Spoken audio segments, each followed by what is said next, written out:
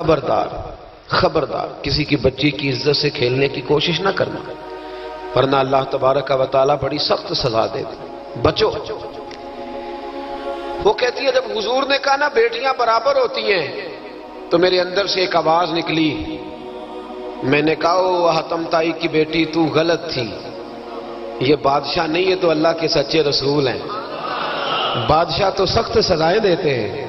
کہتے ہیں حضور میرے قریب آئے اور آ کے کہنے لگے تو سردار کی بیٹی ہے، تیرے باپ میں اچھی خصلتیں پائی جاتی تھی، بتا تیرے ساتھ کیا معاملہ کروں، کیا معاملہ، یہ حضور کی پسند ہے، کیا معاملہ کروں؟ تو کہنے لگی میں چاہتی ہوں مجھے آزاد کر دے۔ کہتی مجھے امید نہیں تھی، حضور کہیں گے ٹھہر جا بیٹھ جا بات کرتے ہیں، مشاورت ہوتی ہے، پھر اس کے بعد کوئی فیصلہ ہوتا ہے۔ کہا آزاد کر دو۔ کہتی حضور نے میرے کہنے پر فوراً ہی اگلا جملہ ہی نہیں کہا، فرمایا جا تو آزاد ہے۔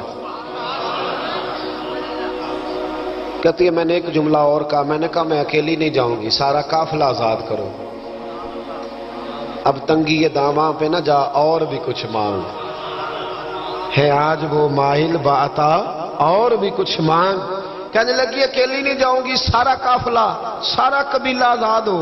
حضور نے فرمایا تو پتہ نہیں کیا سوچ رہی ہے، تو جہاں آئی ہے وہاں سے خالی جاتا ہی کوئی نہیں، سارا قافلہ۔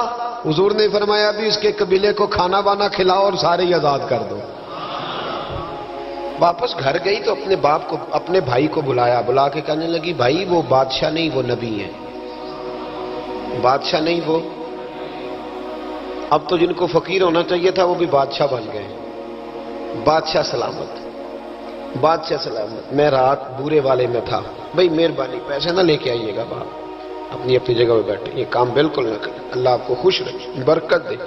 میں اس کو حرام نہیں کہتا پر یہ سٹائل نظرانے کا درست نہیں، اس سے بچا کریں، ورنہ پھر وہی بندہ چنگا لگنا جنہیں پیسے لے کے آنا ہے، دوجیاں دا دل کرنا ہے ٹوری جانتے چنگے نے، اس لیے اس چکر سے باہر نکلیں تاکہ قوم سمجھدار ہو جائے، بالکل یہ کام نہیں کریں۔ سنیں اور یاد رکھیں، میں تھا وہاں دور تو دو تین بچے نا یوں ہاتھ باندھ کے کھڑے ہو گئے۔ اب حضور نے فرمایا کہ اس طرح کا معاملہ نہ کرو جیسے مجوسی اپنے بادشاہوں کے ساتھ کرتے تھے۔ میں کہ پتر بیٹھ جو کہندے نہیں ساڈی ڈیوٹی ہے، میں کہ کیس لائی ہے، میں بادشاہ سلامت ہوں تو بیٹھ جو کرسی تیرا آمدہ، کیا چکر چل گیا ہے، ہاتھ باندھ کے کھڑے ہونا، کونوں میں کھڑے، کیا اس کا مطلب؟ ادب آداب ہیں کرنے چاہیے، لیکن کیا لوگوں کو سزا ملی ہوئی ہے کہ وہ بیچارہ جو غریب آدمی ادب آداب صرف اس کی ذمہ داری ہے؟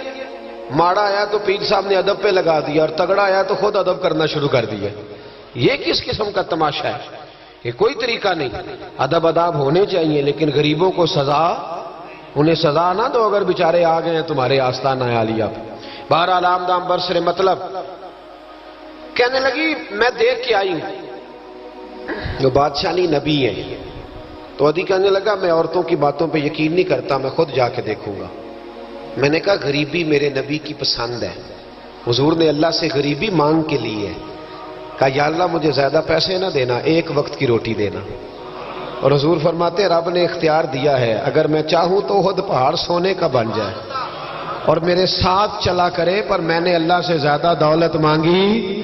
او بھائی دولت بڑی پیاری ہوتی تو سب سے زیادہ میرے نبی کی تجوریوں میں ہوتی۔ حضور نے دولت بانٹی ضرور ہے لیکن حضور نے اس سے پیار یاد رکھے۔ ہم تو پاگل ہو گئے پیسوں کے پیچھے بھاگ بھاگ، جو سڑک پہ ادھر جا رہا ہے وہ پیسے دینے جا رہا ہے، جو ادھر جا رہا ہے وہ لینے جا رہا ہے، پیسے کا ہی چکر ہے سارا، پیسے کا ہی چکر ہے، پیسے۔ ایک صاحب نے فون کیا کہنے لگے کو ٹائم دے دے، تو میں نے کہا بس یار وقت تھوڑے دے دے، کہتے تو خوش کر دیں گے۔ میں کہ مثلا تو کی کرے گا؟ کہتے جننے پیسے کہو گے لب جائیں گے۔ تو میں نے کہا یار ہر ایک کو بکاؤ مال نہ سمجھا کر، ہمارا بہت زیادہ ریٹ ہے تو دے ہی نہیں سکتا۔ کہنے لگے کون دے سکتا ہے؟ میں نے کہا دنیا میں کوئی بھی نہیں دے سکتا، ہمارا ریٹ ذرا زیادہ ہے۔ ہم نے اگر ریٹ مانگنا ہوا تو قیامت کے دن غوث اعظم جیلانی سے جا کے مانگیں گے یا ان سے مانگیں گے جن کے نام کی دہائی دیتے رہے ہیں، تعریف مصطفیٰ کی کرے اور نتیجہ ہم دنیا داروں سے مانگیں، انہی سے لیں گے نتیجہ جن کے قصیدے ساری زندگی گائے ہیں۔ ہاں تو اس لیے چکر سے باہر آمدام برسر مطلب ادھی کہتے ہیں کہ میں خود جاؤں گا پھر جا کے دیکھوں گا۔ ادھی مدینے آئے دیکھنے، اور جب بندہ کسی کو دیکھنے آتا ہے تو تنقیدی نظر سے آتا ہے، کہتے ہیں میں مسجد نبی میں پہنچا تو کچی زمین پر غلاموں کے ساتھ، ادھر دیکھو یہ بھی تو حضور کی سنت ہے نا جی۔ حضرت ابو ہریرہ صحیح سند کی حدیث بخاری میں فرماتے ہیں حضور کے ساتھ ایک سفر میں تھا، نبی پاک علیہ السلام نے فرمایا کھانا نہ پکا لے، حضور پکا لے، فرمایا تو گوشت لے آ، تو اس طرح کر، مسالہ جات تیار کر لے، تو فلاں چیز کر لے۔ آخر میں حضور فرمانے لگے میں لکڑیاں کٹھی کر کے لاتا ہوں جی۔ اللہ کرے پیرانو حدیث زبانی یاد ہو جائے، آمین تے آکھیا جی۔ میں لکڑیاں کٹھی کر کے لاتا ہوں، لکڑیاں۔ عرض کی یا رسول اللہ ہم کر دیں گے، تو محبوب نے فرمایا سارے کٹھے نہیں جا رہے، کوئی عرض نہیں میں بھی لے آؤں گا۔ تو فرماتے حضور اٹھے اور لکڑیاں کٹھی کر کے لائے۔ جب مسجد نبوی شریف بن رہی تھی تو جناب ابو ہریرہ فرماتے ہیں میں 3 اینٹیں اٹھا کے لا رہا تھا، اللہ کے رسول 7 اینٹیں اٹھا کے لا رہے تھے، 7 اینٹیں۔ چودھری صاحب آپ روز آ کے کہہ دیتے ہیں قاری صاحب مسجد دی صفائی نہیں ہوئی، تو نہیں کر سکتا مسجد دی صفائی؟ کیا سمجھتا ہے تو اپنے آپ؟ صدر بننے کا کیا مطلب ہوتا ہے کہ بندہ روب ڈالنے لگے؟ دنیا میں جو سب سے زیادہ عزت والا اور بڑا ہوتا ہے وہ وہی ہوتا ہے جو اللہ کے گھر میں جھاڑو دیا کرتا ہے۔ کیا لوگوں نے معیار بنا لیا ہے؟ یہ معیار ہے، جو قوم کا بڑا ہوتا ہے وہ قوم کا خادم ہوتا ہے۔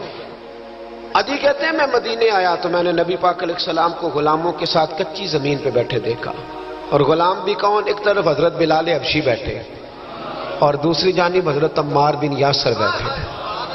کہتے ہیں حضور بیچ بیٹھے، کھانا کھایا جا رہا ہے، اور حیران میں اس وقت ہوا جب اسی پلیٹ سے نبی پاک بھی کھا رہے ہیں اور بلال حبشی بھی کھا رہے ہیں ساتھ بیٹھ کے حضور نے۔ عدی کہتے ہیں میرے دل پہ چوٹ لگی، میں نے کہا نہیں یار، یہ بادشاہ نہیں، یہ بادشاہ جو اس طرح غریبوں کے بیچ بیٹھ کے روٹی کھائے۔ ہمارے تو بادشاہ غریبوں کے حق میں تقریر کرتے ہیں نا، ویسے ان سے پوچھو کہ اس گاؤں سے ڈنگے کا کرایہ کتنا ہے، اور پھر ڈنگے سے لالے موسے کا کتنا ہے، ان کو کوئی پتہ نہیں۔ ان چودھریوں کو بچوں کو کھڑے کر کے پوچھو کبھی چنے کی دال کا بھاؤ کیا ہے، کدی آندھی ہوئے تو پتا ہوئے نا، ان کو کیا پتا؟ ان کے گھر میں تو آ جاتی ہے، اللہ جانے کہاں سے آتی ہے، ہم بدگمانی نہیں کرتے۔ لیکن حضور ایک پلیٹ میں کھانا کھا رہے۔ عدی کہتا میں سمجھ گیا یہ بادشاہ نہیں۔ پھر میرے دل میں شیطان نے وسوسہ ڈالا، میں نے کہا مسجد کچیا ہو سکتا ہے، مکان بڑا پکا ہو، بنگلہ بڑا عالی شان ہو۔ حضور کی عادت مبارکہ تھی جب کوئی مہمان آتا تھا تو یا مسجد میں اصحاب صفہ کے ساتھ رکھتے تھے یا کسی صحابی کو دے دیتے تھے، وہ اپنے گھر لے جاتے تھے۔ عدی کہتے ہیں میں نے جب سلام کلام کیا نا، دل میں خیال تھا کہ گھر بڑا عالی شان ہوگا، تو محبوب فرمانے لگے میرے دل میں خیال ہے، دیکھیے میرے نبی کو اللہ نے کتنا علم غیب عطا فرمایا ہے۔ کہتے ہیں میرے دل میں خیال ہے، مصطفیٰ کریم فرمانے لگے یار تو یہاں نہ بیٹھ، چل میں تجھے گھر لے چلتا ہوں۔ خیال آیا مسلمان نیک و بد پہچان جاتے ہیں، اور محمد آدمی کے دل کی باتیں جان جاتے ہیں صلی اللہ۔ میں بریلی شریف میں تھا تو اعلیٰ حضرت کے بھائی مولانا حسن رضا خان صاحب رحمۃ اللہ علیہ، ان کے پوتے تھے شیخ الحدیث مولانا تحسین رضا خان صاحب، بڑے اچھے شاعر تھے اور نعت کی صنف سے بڑے آگاہ تھے، بڑا عمدہ مطلع کہتے تھے، مزہ آ جاتا تھا۔ تھوڑی سی مجھے بھی دلچسپی رہی شاعری سے تو میں بڑا خوش ہوتا تھا۔ ایک دن میں نے ان سے کہا کہ حضرت جی کو تازہ قطع کہے، تازہ ہونا چاہیے۔ فرمانے لگے چلو 10 منٹ کا ٹائم دو، ابھی کہہ دیتے ہیں۔ تازہ قطع کہا، کہنے لگے علم غیب رسول کے منکر اس حقیقت کو بھول جاتے ہیں، غیب مانا کہ راز ہے لیکن راز اپنوں سے کب چھپاتے ہیں۔ غیب مانا کہ راز ہے لیکن راز اپنوں سے کب چھپاتے ہیں، تازہ قطع کہا۔ عدی بن حاتم کہتے ہیں حضور مجھے لے کے چلے، جب نبی پاک گھر کی طرف لے کے چلے تو رستے میں ایک بوڑھی اماں مل گئی، پھٹے پرانے کپڑے، کہنے لگی یا رسول اللہ میں آپ کی طرف ہی جا رہی تھی، ضروری کام ہے۔ تو حضور نے فرمایا چل تو جا رہی تھی، میں خود جو آ گیا ہوں۔ عدی کہتے ہیں چوک میں اس بوڑھی نے حضور کو کھڑا کر لیا۔ کبھی دیکھے آپ نے اپنا وزیر چوک میں کھڑا؟ آپ کو اسی ایم پی کدی نہیں دیکھا، وزیر تو دور رہ گیا۔ چوک میں کھڑا کر لیا نبی پاک صلی اللہ علیہ وسلم، اور وہ بی بی اپنے دکھڑے سنانے لگی۔ کہتے قربان جاؤں وہ دیر تک باتیں کرتی رہی اور نبی پاک سنتے رہے۔ ادی کہتے ہیں میرے دل پہ دوسری چوٹ لگی. میں نے کہا جو اس طرح غریبی سے پیار کرے وہ بادشاہ نہیں، وہ اللہ کے سچے رسول ہیں. حضور مجھے گھر لے گئے. جناب سیدہ طیبہ طاہرہ حضرت عائشہ صدیقہ رضی اللہ تعالی عنہا کے حجرے میں، اور حضور جب اندر لے گئے تو ایک چٹائی پڑی ہے کھجور کی چھال کی، وہ بھی پھٹی ہے 2 جگہ سے، ایک مٹکا 2 پیالے، ایک تکیہ جس میں کھجور کی چھال بھری ہوئی ہے. کہتے ہیں حضور مجھے لے گئے، میں نے محبوب کا وہ مکان جنت نشان، میں نے وہ مکان دیکھا جہاں حضرت جبریل حاضری دینے آیا کرتے. میں نے وہ مکان دیکھا جس کے دروازے پہ 70 ہزار فرشتے ڈیوٹی کرتے. میں نے وہ مکان دیکھا.